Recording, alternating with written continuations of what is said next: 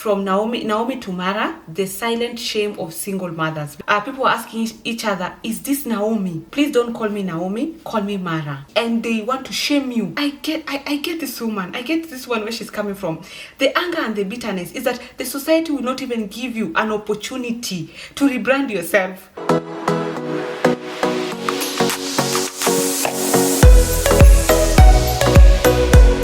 Guys, welcome back to my YouTube channel. I'm so happy you guys are here. So today, as you've seen according to the title, and I think most of you have clicked because of the title of the video, so I'm talking about how Naomi denounced her name to say, I'm no longer Naomi, call me Mara. Okay, so that's a Bible story. It's found in the Book of Ruth. So if you have time, you can go and read the Book of Ruth and just get to understand the story of Naomi. But I can give you a backstory. Naomi was married to Elimelech, if that is the right pronunciation, and she had two sons. The sons got married to two ladies, one called Ruth and the other one called Orpah. Okay, so the husband of Naomi passed on, okay, and also the kids of Naomi passed on. So she was forced to move from where she was married, and she had to go back to her hometown, if that is the right word. So she had to go back to Bethlehem. So when she got to Bethlehem, this is where now she denounced her name. When she saw her people, and guys, let's just read from the Bible because I do not want to butcher the Bible. And I'm going to put a disclaimer here. I'm not a preacher. I'm going to have this conversation according to what I understand and the revelation I get from this story. And that's why I've said, from Naomi to Mara, the silent shame of single motherhood, because that's how I was able to relate to this story. So let's just read the Bible, okay? So open your Bibles, if you have your Bible, from the Book of Ruth, chapter 1, verse 19, and it says, so the two of them went on until they came to Bethlehem. That was Naomi and Ruth.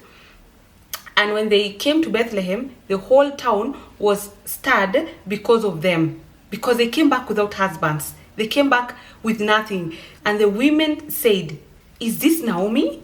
They were actually questioning each other, meaning she was not in the best state, like she didn't look well. Is this Naomi? She said to them, do not call me Naomi, call me Mara, for the Almighty has dealt very bitterly with me. I went away full, and the Lord has brought me back empty. When you read the Bible, you get a different revelation for what you have read. So for me, the reason why I have titled this video, from Naomi to Mara, the silent shame of single mothers, because I could actually relate to these stories, the story of Naomi and her coming back empty. So as for those people who don't know, I was married at some point. Let's not talk about it. I have a whole video about that. You can go watch that before you watch this, okay? So I was married, yeah? And when you get married, what happens in most cases is your husband comes to take you from your home. As meaning you don't have kids, you've never been married before. That's just according to what used to happen. Nowadays, people get married again, or you get married after having a child, but then it was you're getting married from your parents' home to go to your husband. So you leave your family and leave everything that you've ever known to go and stay with your husband, okay? I don't think that happens nowadays, but when Naomi left Bethlehem to go to the husband's home, she left as Naomi, as the way she was known in her family. So when she moved, she was married, she got kids, but now she was coming back empty-handed. And that's why they were asking each other, the people were asking each other, is this Naomi? You understand? Like, is this Naomi? The way she left is not the same way she came back, right? So she was like, please don't call me Naomi, call me Mara, because the Lord has dealt with me bitterly. So you've known the context of the story, and if you want, please go just read the whole Book of Ruth. You understand. You'll also get more. You'll understand more. Okay. The reason why I read this Bible verse, or the Book of Ruth, was because I went somewhere, and when I went, the place that I went, I was supposed to do something that is, people make it look as if you cannot do that thing without a husband. Let me just give an example. So when you start building in Kenya, as a woman, the workers tend to take advantage because they feel like you're a woman. That's what I mean. So there are things like, if you want to buy land, if you want to buy a car as a woman, you either go with a guy or people will take advantage of you. That's just the truth. Especially, I don't know if it's in Kenya alone, but you tend to just take a man with you just because you want to feel like someone will not take advantage of you, okay? So whatever I was going to do, it was in that context of people expect you to come with your +1 or a husband. I don't think I've ever felt exposed like that. I felt like exposed in that sense of judged. It's like it was a judgment. It was like, where is your husband? Why are you here alone? Like, I don't know to say it. Not that those people made me feel, the people, I was actually with a friend of mine, a guy friend of mine, and I still felt that judgment coming from, so you're going to do this alone? Like, you don't have a man? You're not coming with a husband or a man, whatever. So when I thought about it, I said, so even today, this day and age, there's still a shame and there's still such a taboo for you to do things as one person. Like, for you to do, there are certain things that are deemed you're supposed to do when you're married or when you have a husband. And the problem is, these people don't even know the backstory. I'm taking this as an example, but the husband passed on. So she was a widower. She was married, but the husband passed on, right? Some, you're divorced, right? Some, either you are married and then you got divorced, or you lost your husband. So you can't go shouting at everybody and telling everybody, oh, I was married, or I have a husband. So I felt that thing of, don't call me Naomi, call me Mara, because I'm here empty-handed. Guys, I'm just using it as an example. But when I was reading the Book of Ruth, I said, that's why she was so bitter, because people started looking at her as a different person. Like, now for me, for example, I left my parents' home as Miss Julia, right? So you go get married, you get kids. So when you go back, people don't look at you like Julia. They look at you like Julia, who was married and she's no longer married. Julia, who has kids, but they're no longer with the father of the kids. So all of a sudden, you're not looked at as the same person.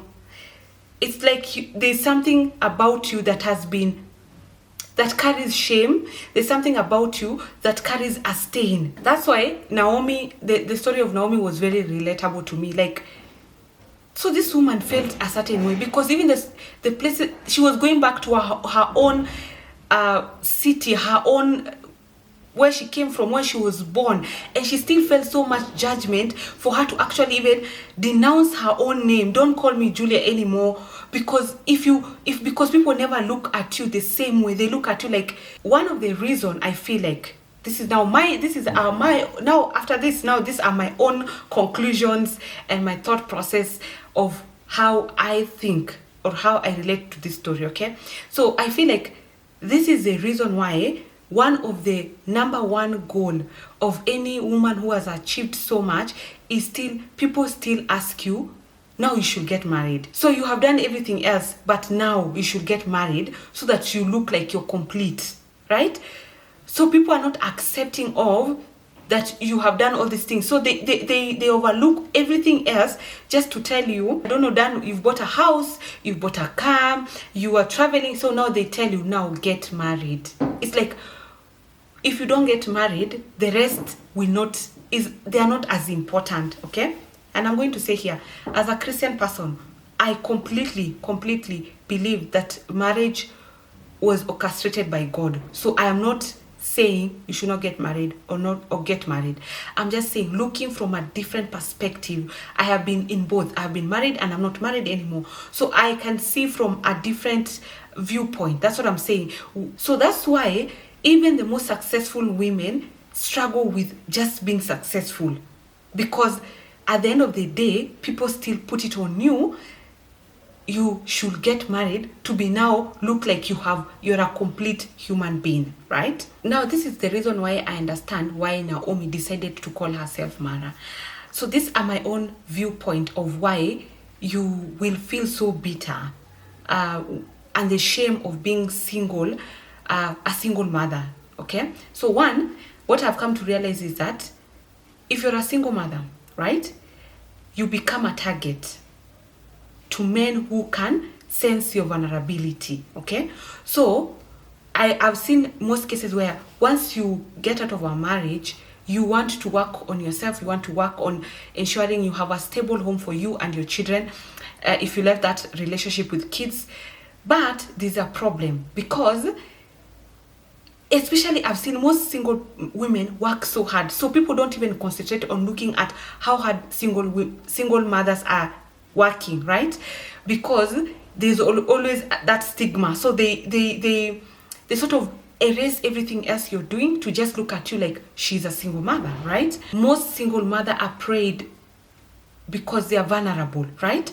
Because so you're busy, you're working hard, you're taking care of your kids, you want to build a home for your family, for your kids, you want to make sure you and your kids are doing fine, okay? So you end up achieving these things, so many things, but because you don't have any time to date, or you don't want to date for one reason or another, you can be taken, men can prey on your vulnerability, okay? Like they can sense that she has everything except a significant other, or she's doing so well, so you can become a target because you're vulnerable. So you need to be awake to the vulnerability or the exposure of you as a woman, right? Because you see, already you're still battling with the society, you're battling with just people looking at you a different way. So you can be a target to bad, and not every man. Let me say here, so that people don't come for me. There are men who target single mother because they feel like there's a vulnerability they can take advantage of. So you need to be awakened to that fact that they know you're a hard worker, they know you're able to do a lot of things, but you don't have a relation, you're not in a relationship, or you don't have time for a relationship. So they can come and sort of pretend to be helping you in your problems, I don't know, but they're coming to take advantage of you, okay? There's still a stereotype around just growth around a single mother. Even when you go to look for a house, when you're going to look for a house for your kids, you and your kids, there's a level of, for example, if you're going to look for a house in a very posh area, they hear they speak in Swahili and they say something funny like, so your husband is coming later to come and see the house so that you can decide if you're going to take the house. It's like you do not exist, okay? Another reason why I feel like it can lead you to a very bitterness, that bitterness of call me Mara, is there are certain positions in organization, in corporate, or in church you cannot hold if you're a single mother. Imagine. It doesn't matter if you've done your master's, your PhD, they will still try to water down your achievement so that because you're not married. It's like there's something that cannot perform that role if you're a single parent. Guys, please, if you've experienced this as a single mother, or you've seen this with someone, please just comment below. There's always gonna be a stigma around even corporate promoting a woman who has really achieved huge milestone just because they are a single mother.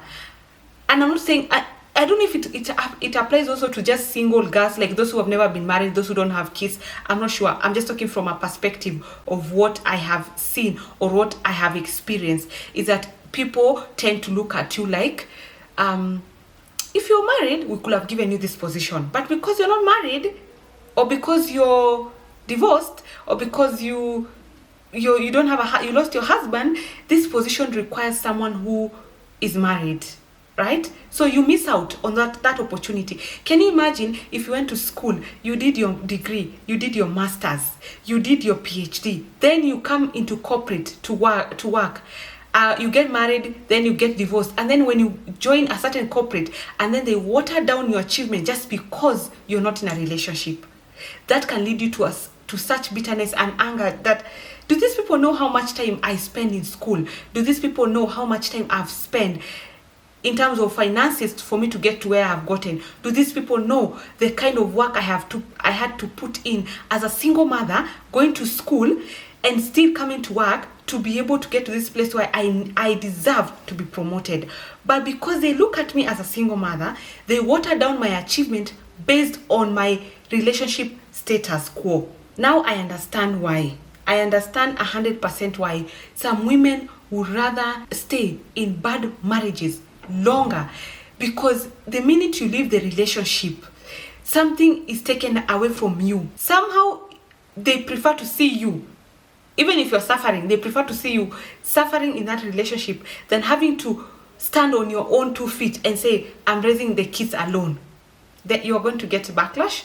You're going to be probably not get promoted to the certain level where you know you deserve, because you not being in a relationship does not remove you from the achievement you've done. If you're smart, you're smart. If you're in a relationship or you're not in a relationship, if you have been able to get to a place where you have achieved PhD, that's not a joke. So why would someone water down just because you're not attached to a relationship? Yeah? Or because you are raising kids alone? Guys, if you've gone through that, please just put it on the comment. So as I was saying, even in churches, there are places where you will never be given a certain leadership role because you're a mother, you're a single mother. It doesn't matter what has happened.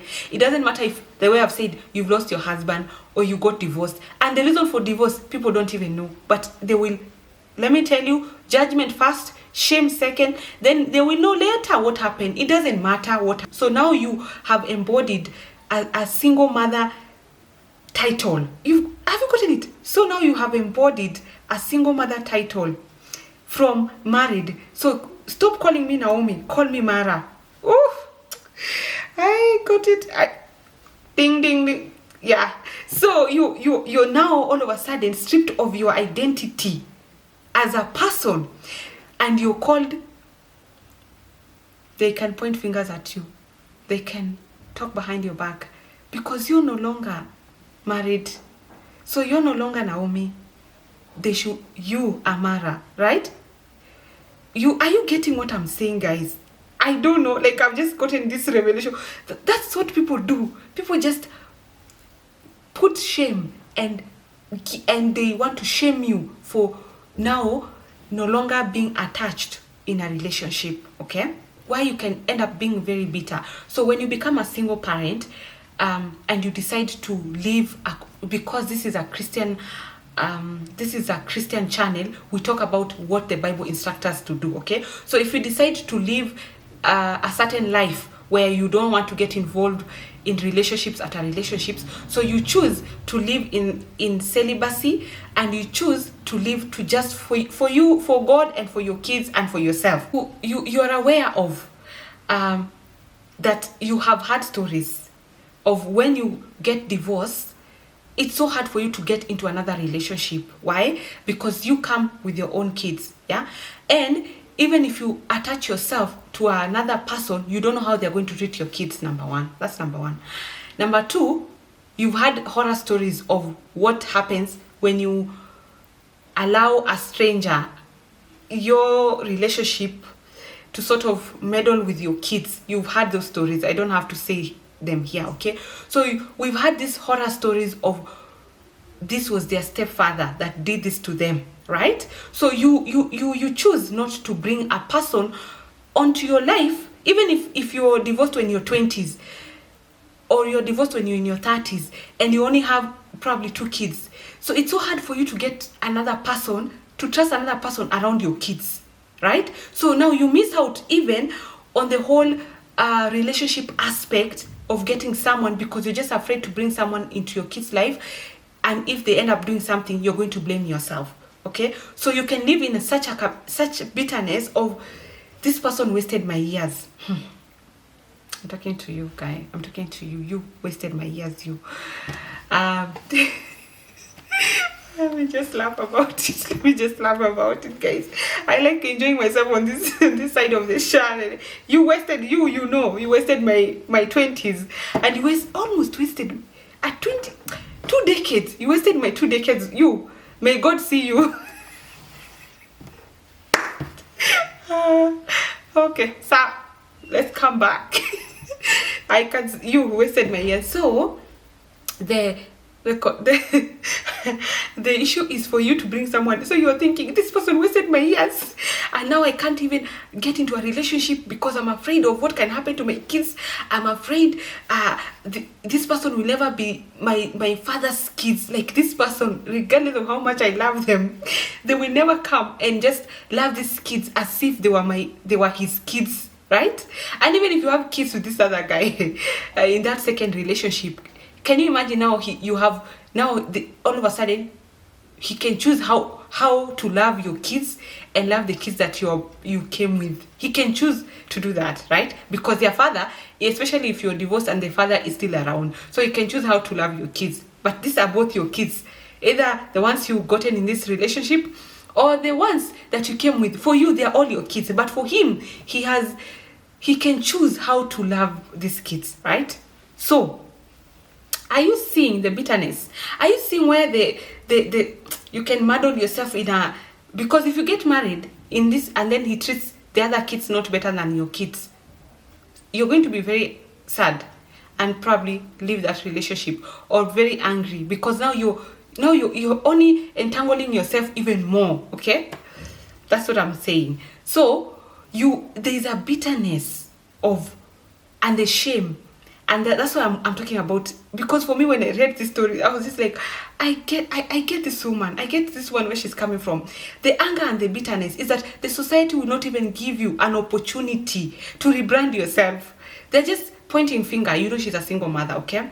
Another thing that I've seen is, especially if you're a single mother who is doing very well, like financially, you're able to take care of your kids, you're able to take care of your, you're able to take care of your needs, and you're living a life that is relatively comfortable. Like, you're doing well, right? Let's not downplay our achievement. So if you're a single mother and you're doing well, let me tell you, if not 100, if not 90% of people, we presume that your lifestyle is funded by someone else. So you must be, or who is immoral, or who is doing certain things that are immoral, or because for you to be able to achieve this life that you're living with your kids.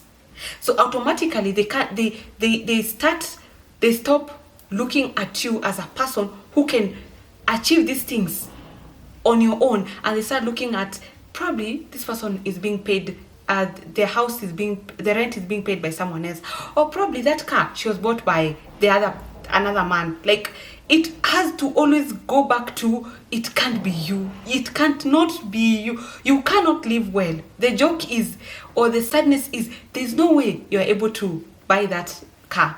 There's no way you're able to build a house. There is no way you're able to, take your kids to private school. There is no way.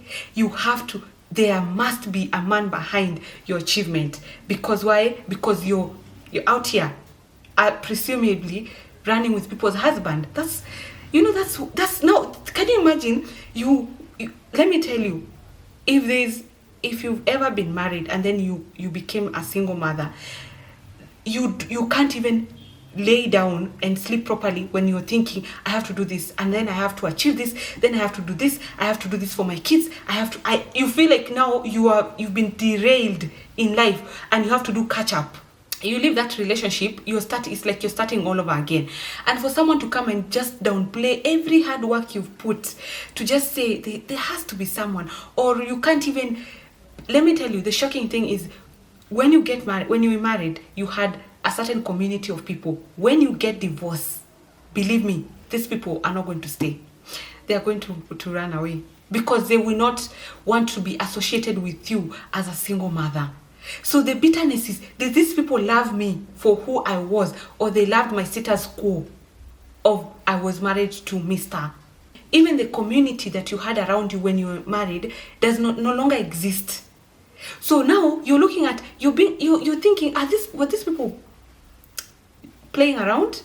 Were these people serious with me as a person, or they were serious with this whole entity of, because you're married, then you belong to a certain society and a certain community. When you stop being married, let me tell you, I will test through here. I don't think I have any person from my circle of relationships when I was married and now when I'm not married. Maybe one or two. That's the truth of the matter. People will not want to be associated with you because why? You're no longer married, and they will never, like, you're no longer. They don't look at you as just Julia. They look at you now. She got divorced. She's a single mother. So, on these streets, call us Mara, because the Lord has. We can feel the bitterness of the society judgment on us.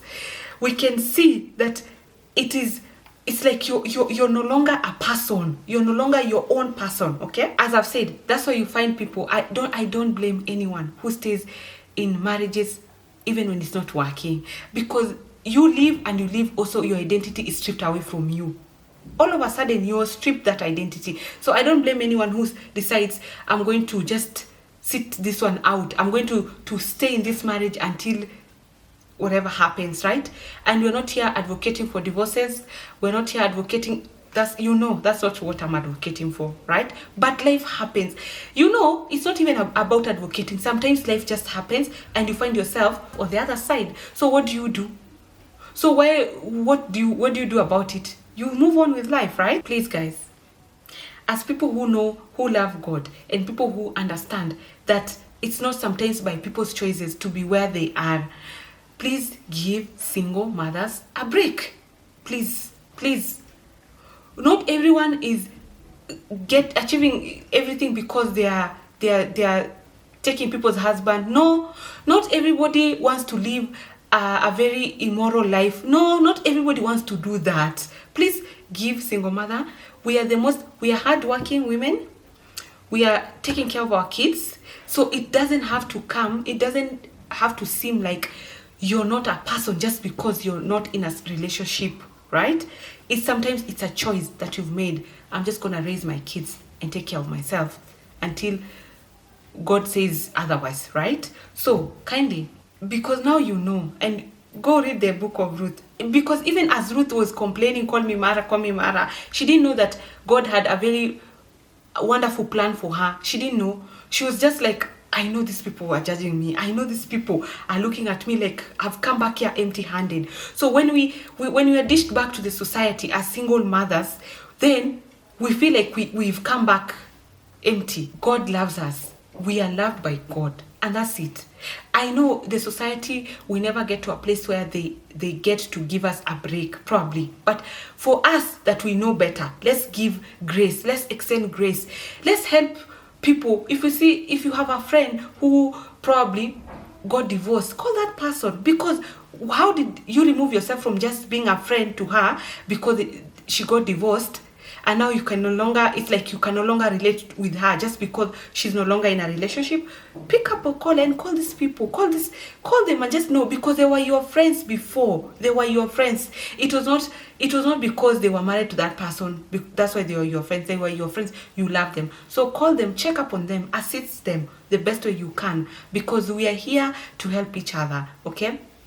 But guys, if you had any experience of what I've spoken about, please put on the comment below, what is it that you feel, the shame and the guilt of the society that has made you feel bitter? Like, why are these people treating me like this?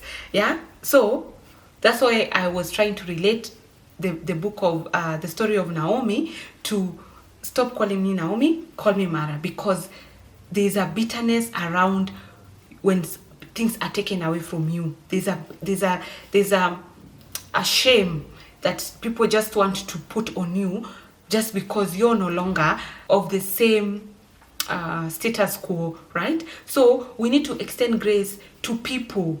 So guys, because you know better, We have to do better. Please, let's extend grace to each other. Let's love each other with our own shortcomings. Let's allow people to let's hold spaces for people, even when you cannot understand their stories. In our hearts, in our prayers, for people who have gone through things, probably they never even, if someone lost their husband, that's not something they chose, right? That's not something they chose. But for you to alienate someone from a community just because they no longer suit that community, I feel like that's not the right thing to do. So let's hold spaces for people, let's pray for people, let's assist people. So if you've gone through any of these things, please leave a comment below, share, comment, and I'll see you on the next one. Bye.